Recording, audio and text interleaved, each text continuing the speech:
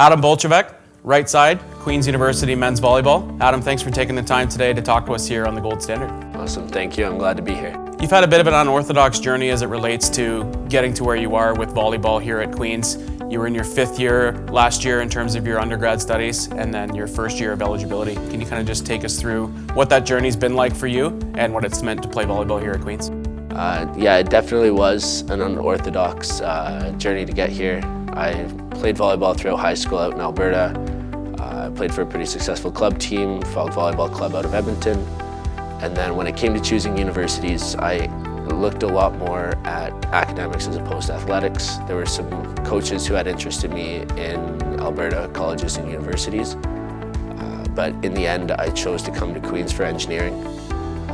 I grew up around here for a few years when I was younger. My parents actually met here, so there's a little bit of a legacy to uphold.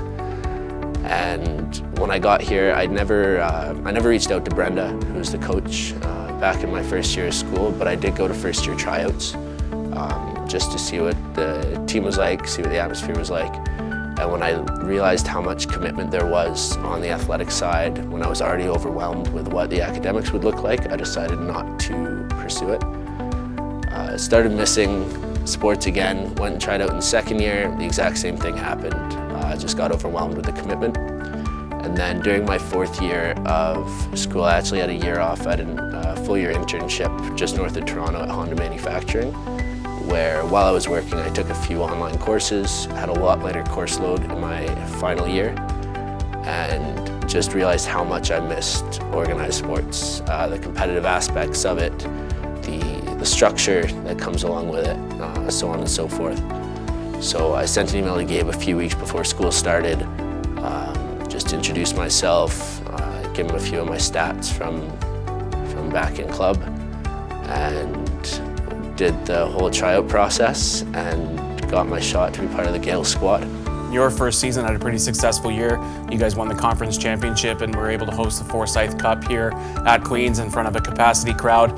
Can you kind of just take us through what that experience was like for you to play in front of the home crowd here in Kingston and to be able to dethrone McMaster as the 6-time reigning OUA champions? Yeah, first off, the atmosphere in there was absolutely insane during the provincial final there. Being able to beat Mac on our home court was an unbelievable experience.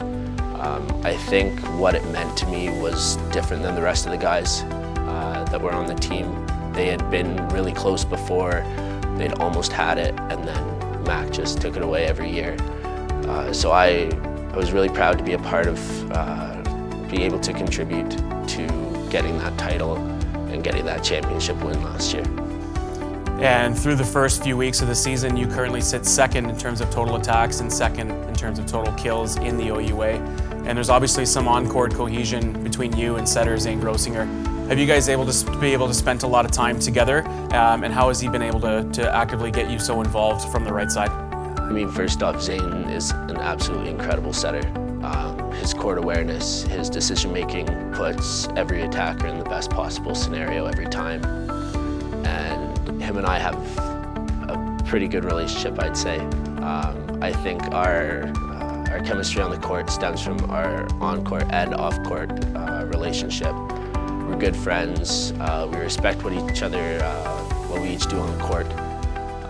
We know that no matter what, both of us are going to get the job done, and that's how we've had so much success. And so far throughout the season, you guys are 3-3, and I've certainly felt the wave of kind of the ups and downs to start the regular season. You had a big victory at home in your home opener with the banner raising against McMaster, and then have lost a couple of games that perhaps maybe you guys felt you should have won. What's kind of been the ongoing message though from that time, from the highs and the lows, and what has the message kind of been in the dressing room with the guys and the coaching staff, also kind of on the court, in training sessions and in the weight room? Yeah, I mean, we came up against some really good opponents, a few unexpected opponents in the first few weeks. And what we've realized is coming off of that championship win last year, there's a big target on our back. We're now the team to beat, and everyone's going to put everything into trying to dethrone that. When it comes to the locker room, everyone has kept it positive. Yes, we lost a few games, but coming out of each of those games, everyone knew exactly what we had to work on. We went into the gym the next week and we put the work in to make the improvements, and everything's coming together slowly but surely. And once everything comes together, we're going to be a really skilled group of players on the court. And you guys have your last regular season game before the Christmas break next Thursday as you take on RMC across town. What do you guys have to do to get prepared for a matchup against RMC and to ensure that you guys find the win column heading into that game? Yeah, the biggest thing is just going to be keeping our focus on our side of the court. As long as we execute our game plan, our system, then we're going to be successful. In volleyball, in the end, you can only control what happens on your side. So as long as we come together as a group, we perform to the best of our ability, then we're going to be a force to reckon with for any of our opponents. And we mentioned that you had a spectacular rookie season. You were one of the best rookies in the country last year. And with the recruiting class being what it is this year for the Queen's men's team, there's certainly someone to follow in your footsteps.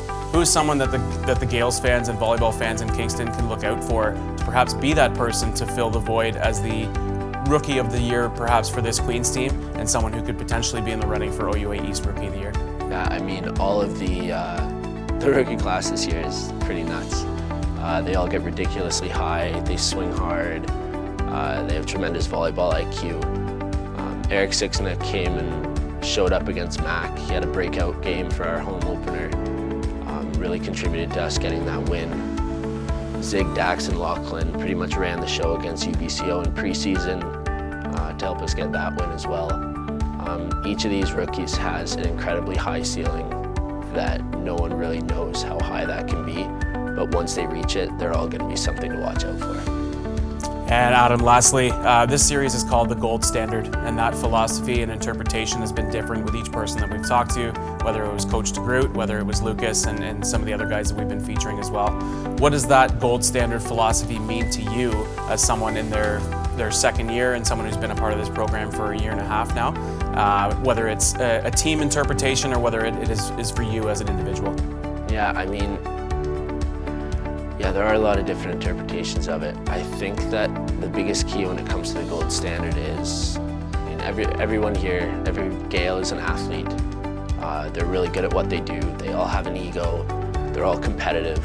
But when it comes to that gold standard mentality, it's about putting the competitiveness and the ego aside and trying to be a little more selfless when it comes to the Gaels as a family. It's helping and supporting your teammates when they're in a rough spot. It's supporting the community. It's inspiring young athletes to pursue their dream, as all of us have. And it's about being more than just an athlete.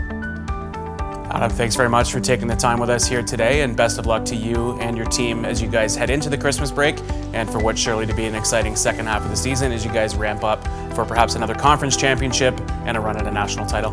Awesome, thank you. I appreciate it.